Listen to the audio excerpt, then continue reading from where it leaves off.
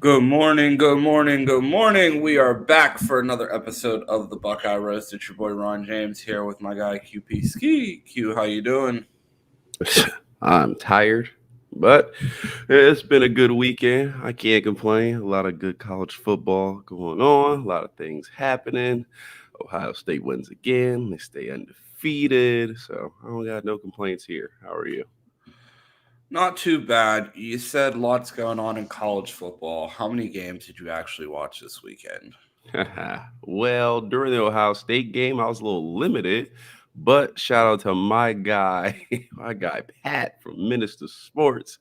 We almost ran the gauntlet on Friday for picks for the weekend. I think the only one was Utah that let us down. They did not play very well, but I think I had all the rest of the picks right. So it was like what, 5 or 6? So you bet them individually. You made some money, which we did, and we were texting about it. So I probably got to see about 4 or 5 games. Sounds like you bet on 4 or 5 games. It sounds like you watched the Ohio State game. Well, I did watch Ohio State and Georgia simultaneously, and Alabama. I guess we'll throw them there since they won. Watch those games simultaneously. I was at the bar, which was bro, like the game day atmosphere Bottle Blonde, I would have to say rivals the shoe. Like every time they score, it's strobe lights going. The bartenders throw out Jello shots. Like Ted Ginn was in the building, so it was Yeah, a I was gonna say Ted Ginn was having an event down there. How was it? it was cool. It just seemed like another day. Like I've been there a couple times. It seemed like another day. He was like well into like the little VIP section, so he was just out there chilling. But yeah, it was a good time to watch and enjoy it. I actually like had my phone die like a little bit late in the game when I was gonna go over and get a flick. So I don't have a flick, but overall it was a good time. Yeah, man, it sounds like it. Yeah, tons of football going on this weekend. I watched a good bit of football on Saturday. I watched Ole Miss, Kentucky early in the day. Obviously, Georgia, Alabama while it was going on. I want to talk about that game a little bit before we jump into the Ohio State game. I said some like I watched Alabama a few times this year, and it feels like every time I put on one of their games, they are the most violent team in the country. Every single one of their hits, you hear them. They play with they play with an aggressiveness on defense that I envy. Not that our defense isn't good, but the physicality that they play with just jumps off the screen. When I looked over at the score and saw that they were up, what, 28-0 in the second quarter, I couldn't believe it. And you saw Georgia rally back towards the end. What do you think this game told us about those two teams? Yeah, I mean, we talked about it in major preview format. I think multiple times. I talked to you and Pat on Friday, and I was like, "How big is this game for Caleb DeBoer?" And like you said, they were out early. I remember watching the game, and we were settling in. I look over, it's like 21, it's 21 nothing. I'm like, "Oh wait, we might be in trouble." I think it shows you one that Georgia did come back, so they are both good teams. They are both talented teams, but kind of the explosiveness and the ability to score in bunches because I think they both had periods where they really dominated that game. I think Alabama is better than I thought they were walking in. I thought it would be pretty close, which it was close, but for good spurts of that game, Alabama really dominated, and they were able to hold Georgia. And I think we were right when we said that Georgia offense gives us a little bit of concerns. I just don't feel like they have the weapons that they've been used to. Maybe just a dominant tight end that's just going to create things down the field for them and open things up. So I see some concerns in Georgia. Obviously, Alabama was able to hold on, so they weren't able to dominate all the way through and keep a good team down. But I think we learned that both they're two elite teams. They can score in bunches, and seeing them later in the season is going to be rough. And Caleb DeBoer is everything we hyped him up to be. Yeah, I mean, not he may not be Mike Norvell as you thought before the season, but Rated him above I'd Mike I'd Norvell. say he's a pretty good coach after that win. I mean, I heard a stat. I mean, undefeated against Dan Lanning and Kirby. I'd say that's pretty good.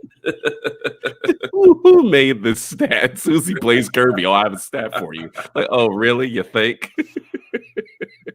Oh man, yeah, man. A huge SEC matchup to start the season. Do you wish that the Buckeyes had bigger in conference games earlier in the season, something like that? Even though, I mean, now with them not having divisions, you could see games like this happen earlier in the year. Do you wish the Buckeyes had a game like this on their schedule to start the season? I'd say I like our schedule. I did miss out on having, I guess it would have been a Washington, but that big time non-conference opponent. I thought that's always something I look forward to. But certainly with the mergers of the Big Ten and adding the teams, I mean, it's not far fetched to see an Oregon week 4. I mean, we see them in 2 weeks, or to see I guess Michigan will always beat late, but a Penn State early, a USC early, and these other teams. I think it's just kind of the cool part of these new conferences is something Georgia, Alabama is usually something we have to wait on, or it's going to be like a Georgia LSU or Alabama LSU. It's usually a little later in the season that you have really two titans. And now when you look at these conferences, you see like 3 or 4 teams where you're like, before the weekend, Ole Miss was like, hey, I don't know if you want to play them. Tennessee is like, let me see if they're a little late. Let's see if we get some things together. So I think this is just the emergence of college football as it currently states. So I'm kind of happy where our team is. I've seen a little bit of mistakes in there, but for the most part, we've worked through. We got better week to week. So, just on the verge of staying undefeated, not like Georgia. I'm glad we got to week 6 before we really get tested. It felt like we were watching two of the best teams in the country this weekend square off against each other. Did you see anything from either one of those two teams that you thought presented a concern for the Buckeyes that you're worried about in the back of your mind going forward, Jalen given what Milrow. you saw?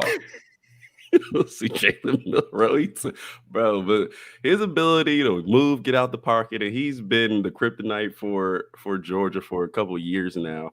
But his ability to move, get out the pocket, and then the deep ball he throws an amazing deep ball. When a guy like Ryan Williams, who we keep talking about week in, week out, who is just like Buddy is out there somewhere, just throw it and he'll make a play. That play at the end of the game was absolutely absurd. I think the Ohio State game was on. They had the Georgia Alabama game on like the small TVs, and we were all looking at the small TVs, and we caught that and spent out the bar went crazy. And I was like, it's a commercial, so it's not for Ohio State. If you have plays like that, man, that is definitely scary. Again, I expect Georgia to improve their offense. It did not look good to me in the least bit until they were able to make a couple things happen later in the game. But Jalen Milrow was my biggest concern, especially with guys like Sonny Styles not playing particularly well, not tackling in space, which I think the linebackers have shared that a little bit for the concern. I think they'll have to be much, much better when you go up against Alabama. Yeah, man, Milrow. I mean, we've seen what running quarterbacks have been able to do to Ohio State in the past, and the questions that we have at linebacker right now that we'll probably get into a little bit later also would probably be a concern going up against a quarterback that presents a threat like that. The Alabama is probably my number one team right now on the list of teams that, if I'm a Buckeye fan, I do not want to see. Looking at the national slate, we saw Ole Miss go down. Were you surprised by that result? I actually got to watch a little bit of that game. What did you think there? Were you surprised to see Lane and Ole Miss take that tumble? That offense looked like it was going to be unstoppable this season. They only end up putting up 17 points against Kentucky.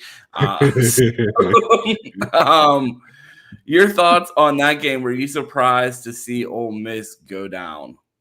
Yeah, this season I've actually watched more Kentucky games than I've ever watched probably in the last 10 years, because one of my good buddies out here went to Kentucky. So every week he's like, watching a game. Come to this bar. We'll watch it before we get going here. So yeah, I am not. I'll say I'm completely surprised because I saw Kentucky go up against Georgia. I saw them muddy the game up.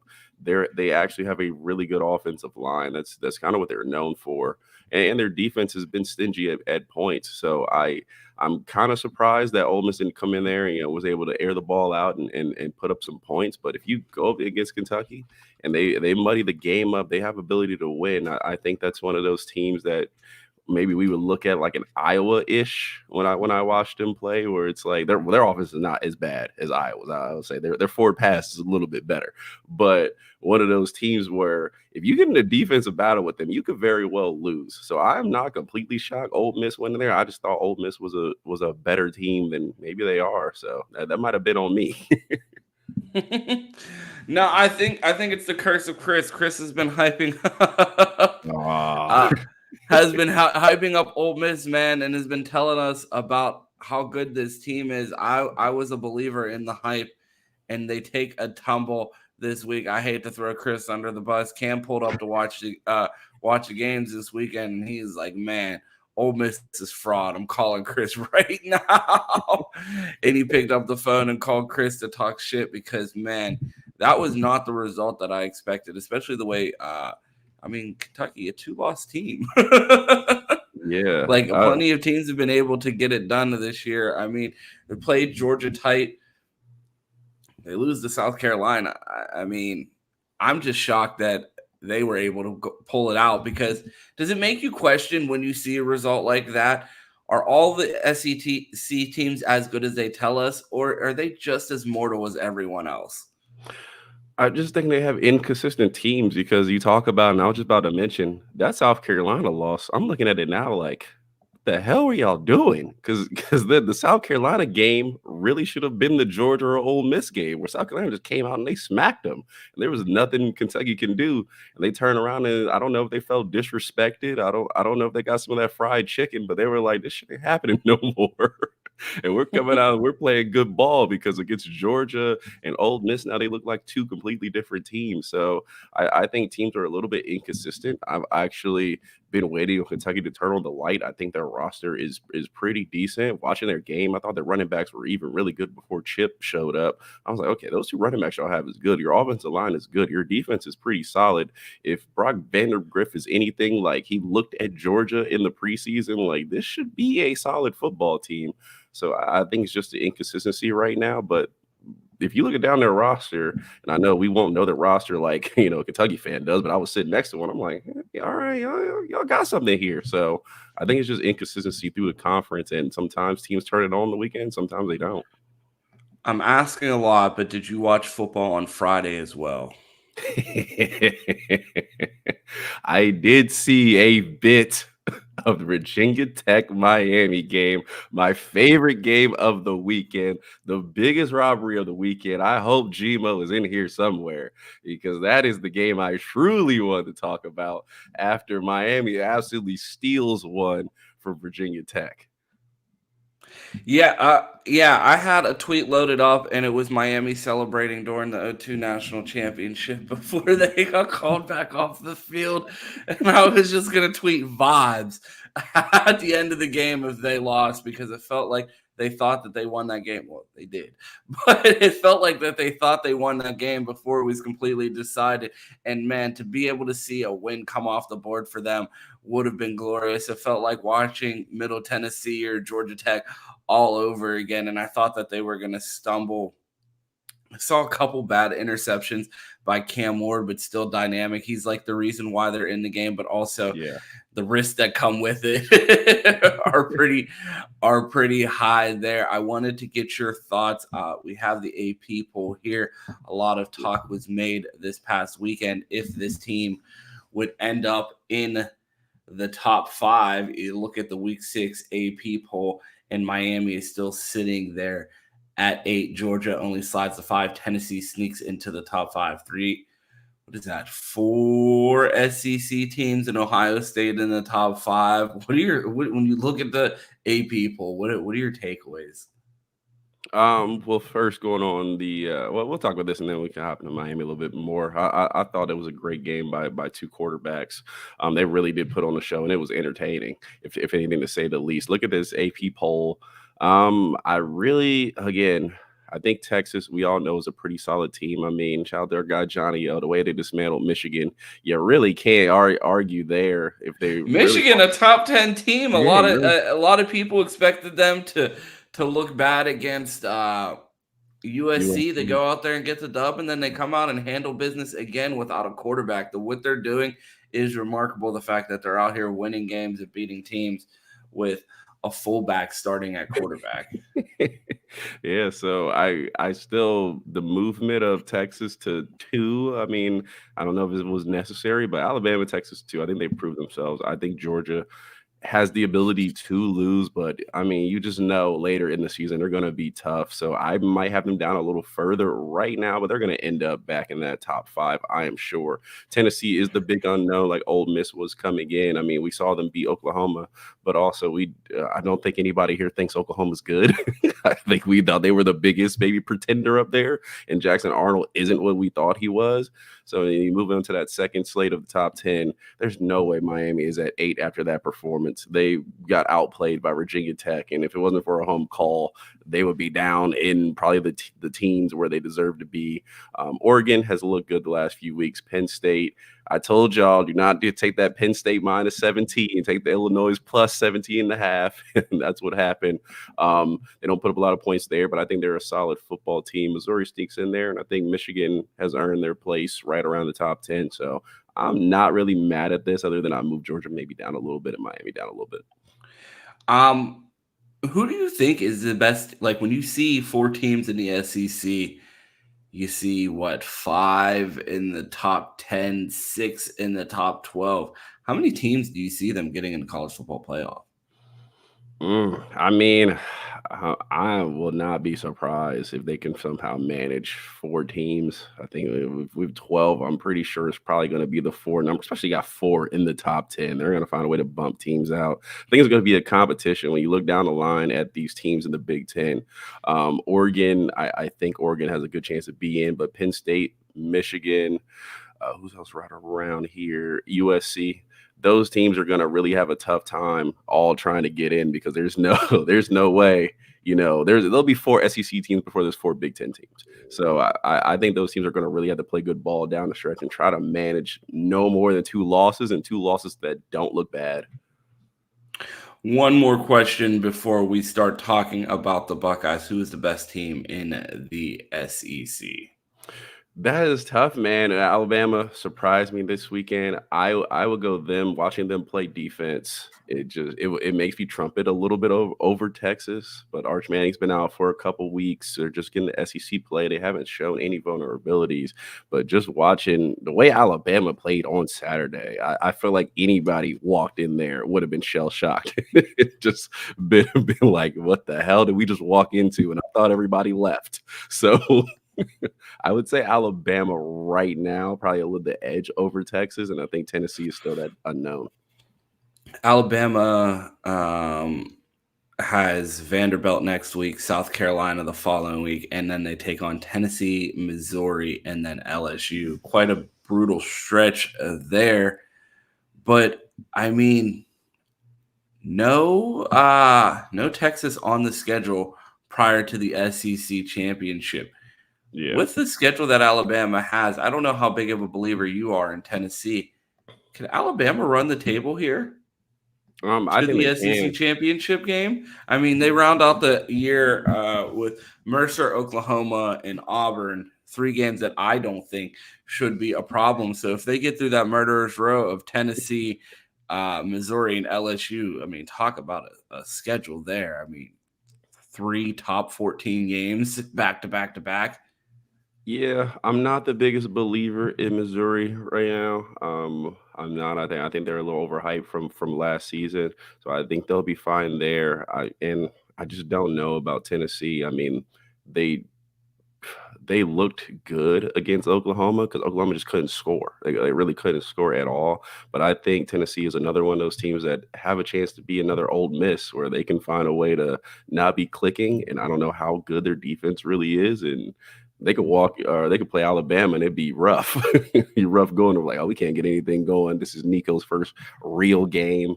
And then they're coming out scoring. So I think Alabama does have a good chance to run the table if they can be consistent. And I think that's kind of the thing right now. Who in the SEC is going to be consistent week in, week out? We know it's not Georgia. So we know that's a boom or bust game of how they're going to play. So Alabama right now is that team where if they can stay consistent, I am looking forward to seeing them in Texas in the SEC championship. I was gonna skip over this and jump right into the Buckeyes, but the chat did mention Kurt Cignetti has Iowa at 5-0. The other I team, I'm sorry, Indiana, and Indiana at 5-0. Illinois receiving a lot of hype coming into this week, kind of lays an egg against Penn State. So I have to ask you, are you buying or selling the hot start by Indiana right now? 5-0, best win over Maryland. They win 42-28 this week. You look ahead at their schedule, pretty much a cakewalk, it looks like, to the Ohio State game, Northwestern, Nebraska, Washington, Michigan State up, and then they play that team up north right before the Buckeyes. So they do have a tougher matchup before then. Do you think that is a team to watch, or do you think that they are just benefiting off the schedule that they've seen so far? I mean, Western Illinois, they beat 77-3. They opened up the year against FIU, UCLA, not looking much like a Big Ten team so far this year. Is Indiana making some noise, or are they just coasting off the schedule that they've had thus far? Indiana is definitely a team I would lie about right now and tell these other conferences, yeah, even Indiana's playing well, and that might be a tough game. I'm not not buying the hype in them right now. They're on the weaker side of the schedule until they beat one of those kind of 4 or 5 top Big Ten teams where you're like, oh, okay, like you went in and beat Penn State. All right, we can believe some hype here. So I am selling right now. Yes, we'll see when they play Michigan. That'll probably be their first curtain call because Washington isn't what they were last season. So I will currently sell, but I'm definitely going to lie if I hop on Spaces. Absolutely. If I'm an Indiana fan, I'm taking a screenshot of the Big Ten rankings right now as they sit at the top of 2-0 in the conference and 5-0 nationally. So I'd be celebrating if I was them, because I'm not sure how much longer that is going to last. Did you want to circle back to Miami before we jumped into Ohio State? I know you had a little bit more to say about that game. I thought that I was getting ready to press call on the GMO call. I was ready to talk my shit. I was pulling up old edits and troll videos to start swapping out footage. I was like, because they lose in such disastrous fashion year after year, I can start reusing some of these clips. I just have to change what game that I insert in there. And I thought I had another one last night or on Saturday. We I would have don't had even the know what same. day of the week it is. On Friday, I thought I had another banger lined up. Yeah, we would have had to change the format. We usually do call-in shows. That would have been a call-out show where we're just Oh, dialing. bro, I would have been calling right into category 6. I would have said, I told them, if you guys lose this year, I'm coming on the show with a mic, not with just a microphone, but with my camera on. If I could call in, I'm getting on there with my camera so y'all can see my face while I talk shit. Oh my goodness, that's so funny. Yeah, I thought that was a very exciting game. So fun. Shout out to both teams for making it fun on a Friday night for some college football. Like I have said since the beginning of the season, we've had this Miami hype because they beat Florida. Like that's really the only team with a name and a pulse. Not even that doesn't have a pulse, but they got a name that they've played. Yeah, our guy Travis in the chat talking about Kurt Cignetti is going to be the next head coach at Florida, and you're talking about they have a pulse. They don't. Yeah, they have no pulse. That was a mistake on my bad. But I mean, I've watched Virginia Tech play. I mean, shout out to my guy Gabe Williams down there, at Virginia Tech. They've been in some good games, but they aren't necessarily a good team. I mean, we see Marshall go down there have success, and we know what we did to them. So that tells you Miami in the top should have no business in the top 10. Their defense is giving up all kind of stuff. If Virginia Tech had found a way to keep Cam Ward in the pocket and not let him escape 42 times and run. If anything goes wrong, Miami loses that game, to be honest. So, and I think Virginia Tech got hosed with a holding call late in the game as well. But I'm not here to complain over calls. I'm just saying we know Virginia Tech is not a good team. We know they're not. Do you So feel like they are a fraud due to the SEC? Like, what? How do you think Miami would do in a bigger conference, right? I mean, I'm sorry, to the ACC. Like, how do you think that they would do in a bigger conference? Because when I look at that AP poll, I just feel like Miami's really benefiting from the schedule, and some of these other teams, even like an Ole Miss, and LSU, and Notre Dame. I feel like these teams would give. I like if we're doing tiers. I feel like Miami feels like they're more in that tier when you look at how they performed against Virginia Tech. I heard a lot of Miami fans say that was Virginia Tech's Super Bowl.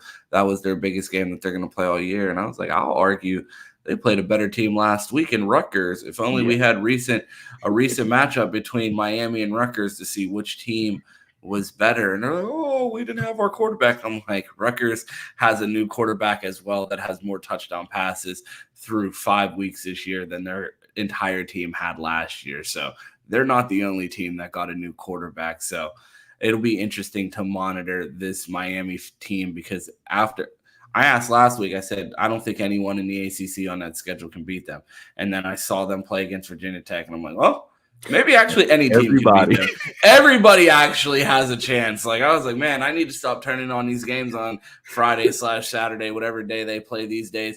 But like, I need to stop putting these games on because every time I put them on, they disappoint me because they're beating someone's ass. Well, not so fast. Manny Diaz with the quick comeback. How poetic would it be for him to get his get back against his former team?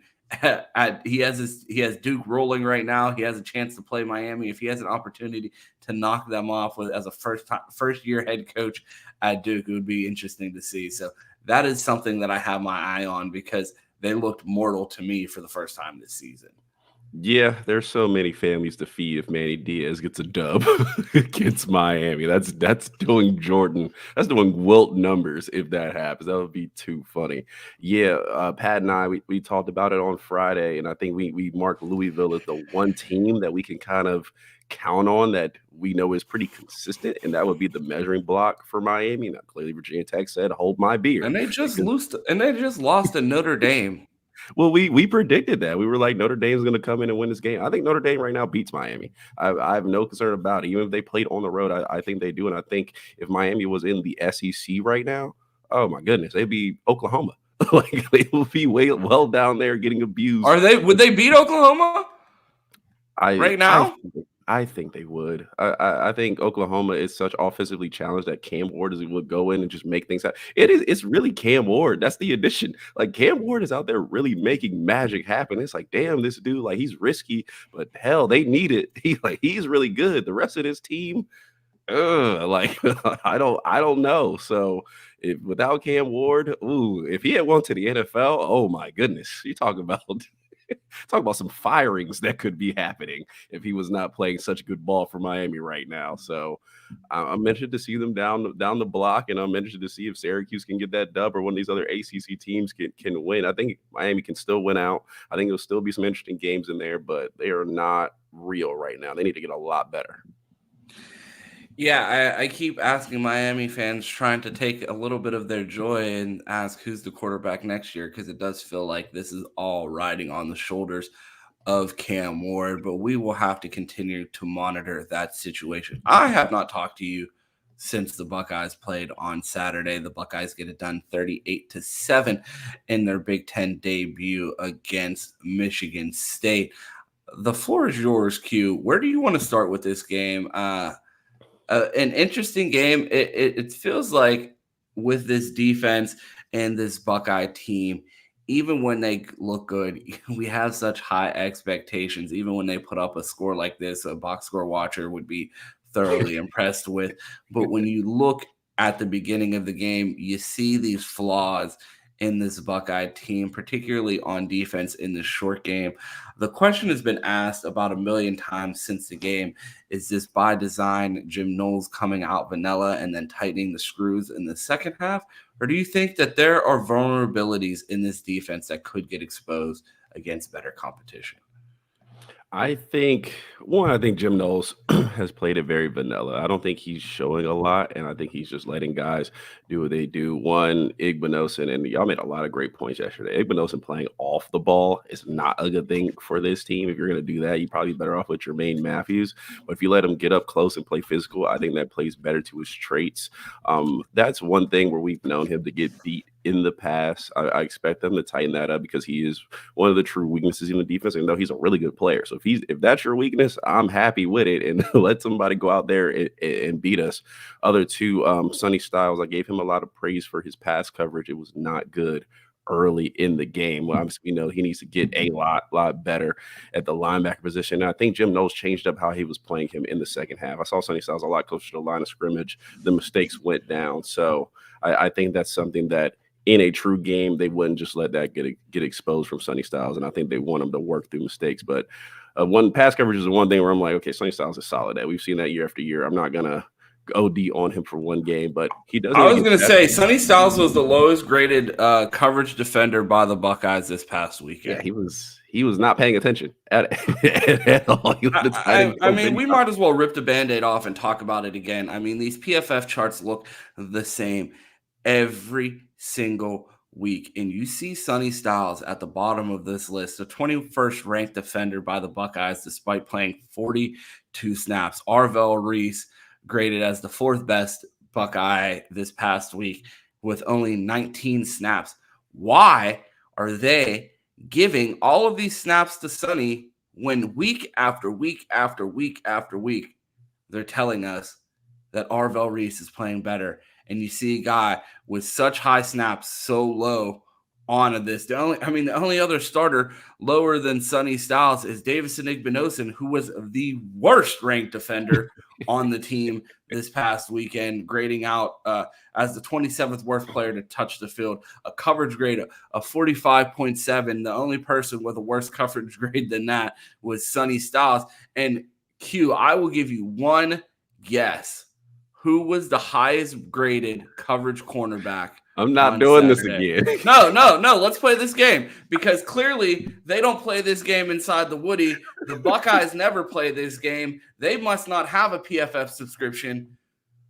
The highest graded coverage corner by the Buckeyes on Saturday was, drum roll, Jermaine Matthews. Exactly. You didn't even have to see the stats.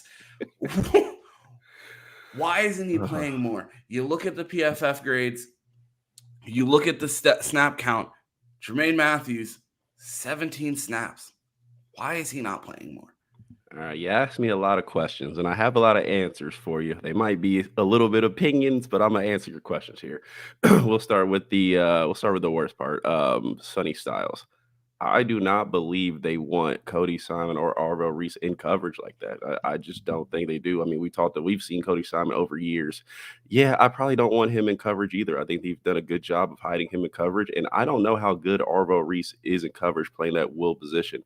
Not James Laurinaitis. He had Jim Knowles. 11 coverage snaps and had the highest coverage grade of any linebacker yesterday.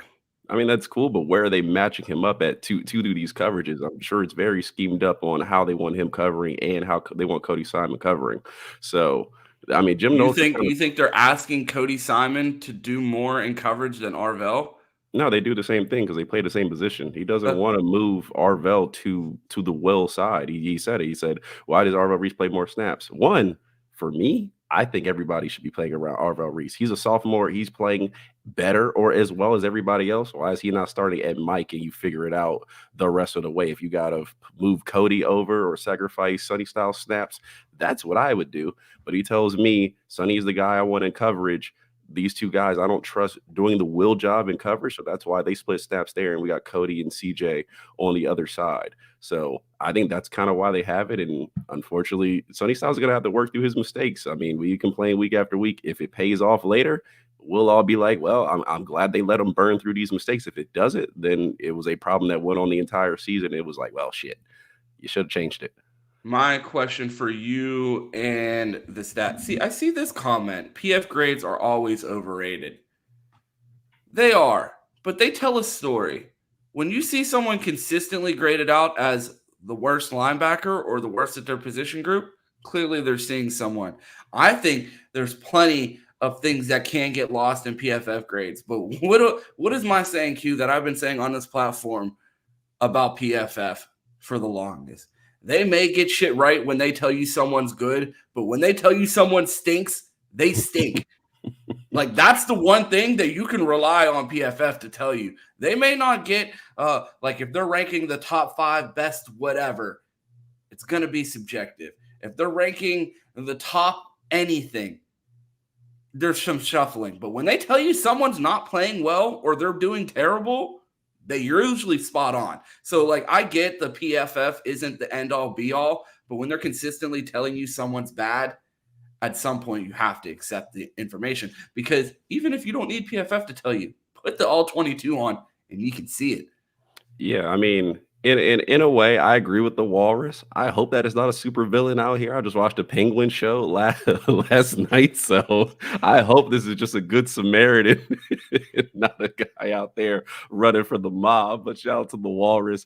I'm with you. I mean, I think the PFF grades are overrated at times. I see guys play well and they have them graded high, and I'm like, this guy did not jump off the screen with me at all. But I mean, Ray Charles could see Sonny Styles struggled out there, and we can all validate why he would be the lowest grade and why Igbenogson would also be down there. Yeah, I think this is an experiment here, and I think they got time to figure it out now. Damn sure. We got Oregon in a couple weeks. Can they get it right? Can they? We got to watch. I still have to watch all 22 and see how bad he was, but can they make it right by then? But again, I don't think they trust those guys in coverage like that. I think they're like, oh, CJ Hicks, Sonny Styles is our best cover guy. We got to cover a tight end and take him out the game. Will you trust a safety or we'll trust them and we'll let not Sonny, Cody Simon and Arvell Reese see ball, get ball. So I think that's kind of our dilemma here. Going to back to Jermaine Matthews, we've talked about it. We talked about it in preseason. This guy's a starter. Like there's no reason he should not be playing starter snaps. So I'm not saying cut Igbenogson snaps. I think Jim Knowles does him a disservice by taking him off the ball. That first touchdown was egregious, having him play 10 yards back and then trying to come down and make a play on the guy. That's why is he lined up there? Like we can criticize Igbenogson, but why is he lined up there is a better question. He should be on the ball, especially with these guys. I mean, Nick Marsh. I didn't talk about Nick Marsh because I didn't think he was going to play. That was a guy I was looking forward to that we've shouted out early in the season. That's the one guy where I'm like, okay, this guy, maybe not yet, but he's going to be a dude in a couple years. And you saw him make a couple plays. Outside of him, bro, go press. Who do they have? Like, I've never heard any of these dudes. I'm like, who do they have? Press them and take them out the game. And after they did that, they were like, all right, we're not letting that go anymore. So I don't know why they're doing that, but Jermaine Matthews, he's going to cover out game. He's going to cover out great. He can tackle. He plays in space really well. Why this is not Garyon Conley, Marshawn Lattimore, and Denzel Ward, I don't know. I really don't have a clue why we're not running that sort of rotation. Yeah, man, you'd like to see more of a rotation there. One guy that again, I like when when PFF confirms what I saw. So when I go out there, I'm looking at the PFF notes, the highest graded defender, Caleb Downs. I said on the post game show, it felt like this was the first game that we watched Alabama Caleb Downs. I felt like every time I put on a Alabama game last year, I couldn't stop being reminded that he wasn't a Buckeye. Every play, it felt like he was somehow involved. He was somehow flashing on the screen. You couldn't watch an Alabama game last year without noticing him. I felt like the first couple of games, you could watch Ohio State and not know that Caleb Downs played for Ohio State. He had flashes, he had moments, but like the nonstop jumping off the screen type of performance, yesterday we finally got that. And I felt like we saw the highly touted number one leading tackler from Alabama now on the Ohio State Buckeyes, in the performance that he had on Saturday, the best one yet in a Buckeye uniform. Yeah, I wish I had conviction 2 weeks ago when we had the bye week, because when I said things we want to still learn, one of the questions I had that was like question number 4 was, when am I getting my Caleb Downs welcome to Ohio State moment? Because it seemed like he's played well. He's not out there missing tackles or doing anything bad, but it just like he didn't flash and jump off the screen. It was really Lathan Ransom, who again had another really good game. Like honestly, do not carry the ball around Lathan Ransom. Just go down before you get to him because he's gonna make you fumble. Guess who had the highest graded, who had the highest run defensive grade on the Buckeyes on Saturday? Well, if this is not a trick question, I guess I'm taking Lathan Ransom. It is Lathan Ransom, a 91.5. Insane run defensive Yeah, grade. do not run the ball around him. Your chance of fumble is like 50%. But as far as Caleb Downs goes, yeah, he jumped off the screen. He was flying downhill, making tackles, making big time plays. I'm still waiting for my Caleb Downs pick 6. I think that's the last thing on my bingo board. But I mean, he looked amazing. I mean, I was really looking forward to him, and now he has showed up, which is the best. I haven't seen every safety tandem in the duo. I mean, in the country, But if there's a duo better than Caleb Downs and Lathan Ransom, please point them out because I would love to watch them play if I get better than these guys because they are playing absolutely out of their mind. And Caleb Downs is who we thought he was. Absolutely, and it was great to see. It felt like we got the guy that we knew that we were getting, and it just also, especially with it was hard to criticize this defense in the first couple weeks outside of some of the linebacker concerns, but it's great to see like even guys like Caleb Downs, who we had such high expectations for, you're starting to see the level up. You're seeing this defense get better in different areas. You still have concerns that you like to address, but at the same time, you do see different elements getting better. So it would be awesome to see this thing really click on all cylinders because they do have all the talent in the world. I want to jump over to the offensive side of the ball real quick before we get out of here. And to our guy Walrus's point, PFF does lie because I will give you one guess who was the highest graded offensive player by PFF this past week. Was it Bennett Christian? It was! So yeah, bro, the grades do lie. So the fact that you were able to guess what could possibly be the most ridiculous answer, yeah, Bennett Christian. Oh my goodness, that messed up my camera. That couldn't even believe it. Let me try to reset this. Yeah, talking offensive ball, man. I had a theory early in the year when we talked wide receiver ball, and I said this is what I think is going to happen when we get into Big Ten play and these higher plays. Emeka is going to be wide receiver one. He's going to be the person the offense runs through. Carnell Tate will back him up. And Jeremiah Smith will just be the guy out there who they get targets and make some freaky ass plays. And that it's exactly, I think, what happened on Saturday. You saw Jeremiah Smith. Good Lord, I can't get this thing right. You saw Jeremiah Smith come out and bro, let me be honest. That first one-handed catch he had, Will Howard had no business throwing that ball. He was late. Jeremiah had already ran into the coverage, and he just said, F it. Buddy is out there somewhere, and we get a highlight play. And then Devin Brown comes in, and he says, look, coach, I know what you want me to do. I'm not screwing this up. I'm throwing that ball Jeremiah Smith way, and what happens. He comes with another one-handed catch. So you got to start there on offense. Those were the highlight plays. But I thought the offense looked immaculate again besides Will Howard's pick. I thought it looked really good. I thought it was efficient. It's good to see G. Scott get out there and make some plays. Again, I don't know who's scheming up these tight end routes, but check the personnel before you do so. Carnell Tate played really well. Shout out to him. Emeka was that dude on offense. I am really hoping he can hold wide receiver one because if he plays like that week in, week out, he's wide receiver one. Am I wrong on that, or would you agree? Because that's a question I have for you. Jeremiah Smith is going to be wide receiver one, but I feel like Emeka is going to remind everyone that he's still a first round talent.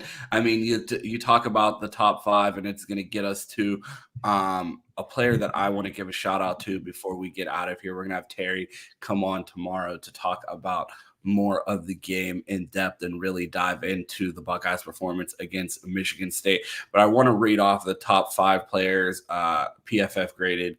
Offensive players for the Buckeyes: Bennett Christian at 1, Jeremiah Smith at 2, Emeka at 3, G. Scott at 4. Look at our tight end coming to play football finally in week 5. And then Seth McLaughlin, a guy whose name that we don't say often on this show, and I will be the first one to admit and apologize. I was not excited about this guy. I saw the snap issues at Alabama. I'm like, we already can't fucking make a field goal. We can't be just turning the ball over for no reason because we can't snap. I just major concerns about this guy. And I reached out to an Alabama fan and I said, yo, what do you think about this guy? If he could snap the ball, he'd be good. And come to find out, he could snap the ball. He figured it out. And man, I was watching the game. Cam pulled up to watch the game with me on Saturday, and multiple times, just jumping off the screen. And you know how dominant of a game you have to be playing to jump off the screen as a center.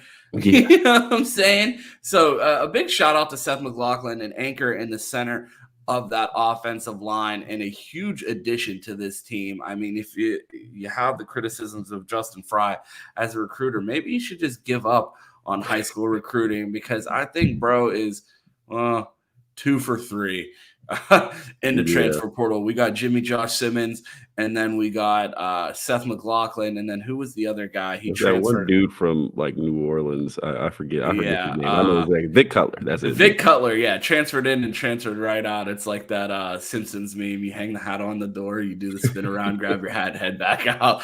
That was the Vic Cutler experience at Ohio State. But man, a huge shout out to Seth McLaughlin and what he's been able to add to this Buckeye team in general. And I think that he's going to be a big part of the success the Buckeyes have going forward. Is there anything that you wanted to touch on before we get out of here? I mean, I know we're going to have a deep dive. That's why I said we got to get Terry back, because, man, we didn't even scratch the surface. So I think that's the perfect person to have really dive into this game with us later this week. Yeah, yeah, I guess I'll just put a bow in it. I mean, another good performance by In your Ohio. hair?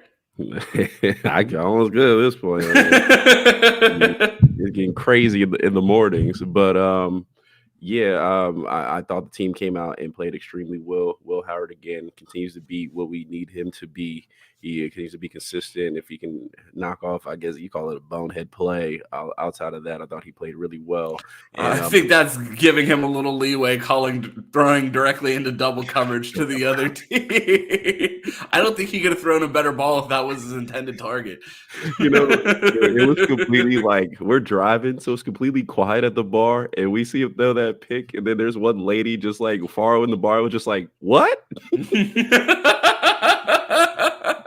Like, you can hear the record scratch. Yeah, we're all just like in talk, like, did he really throw that? He's just like, what? It was so funny. Again, this offensive line, it looks good. The backs look good. The receivers look good. They're handling business on that side. I mean, as far as the defense, I think we're pretty confident in 99% of the starters here. Igmanosin, again, they think they need to scheme him up a little bit better. And I have exclusively been really watching the linebackers. Also, JTT with a sack yesterday, so shout out to him. But I've been watching the linebackers. Sonny Styles struggles a little bit, but it seems like they're getting a little better. I mean, I watched CJ Hicks come out later in the game, get a few snaps here, and he's starting to trigger a little bit faster than he was early in the season. So I don't know if James Laurinaitis got on his PFF ass. disagrees. You would disagree? I think No, PFF would. Yeah. Hey, shout out to the Walrus. He knows really good. I think he's starting to look a little better. If James Laurinaitis continue to develop this group, I don't think we have worries. And in the big time games, Sonny Styles, I bet on you early in the season, man. Just don't let me down. So you in one of those degenerate states where you can bet on student athletes. I wish. I'm taking. Where's my Johnny O? Tell Orgy keep hitting those unders. The free money bet every weekend. Jeremiah Smith touchdown parlayed with Alex Orgy underpassing yards. But yeah. We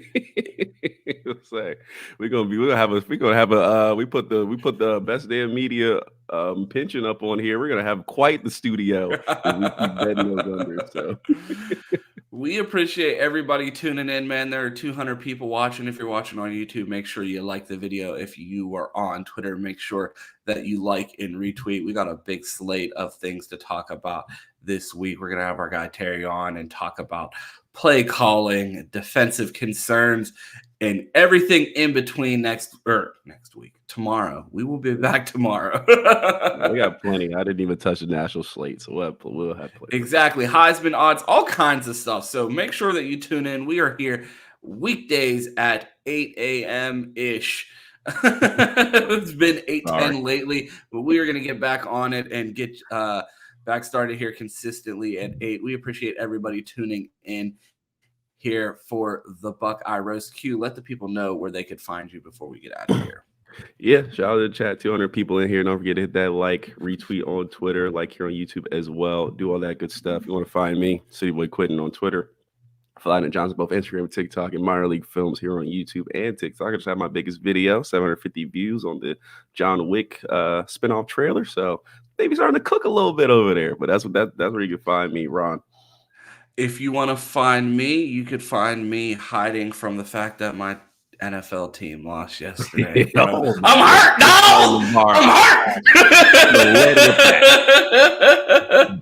Big dub. Oh Big dub in man, I'm Baltimore. hurting. I'm hurting, man.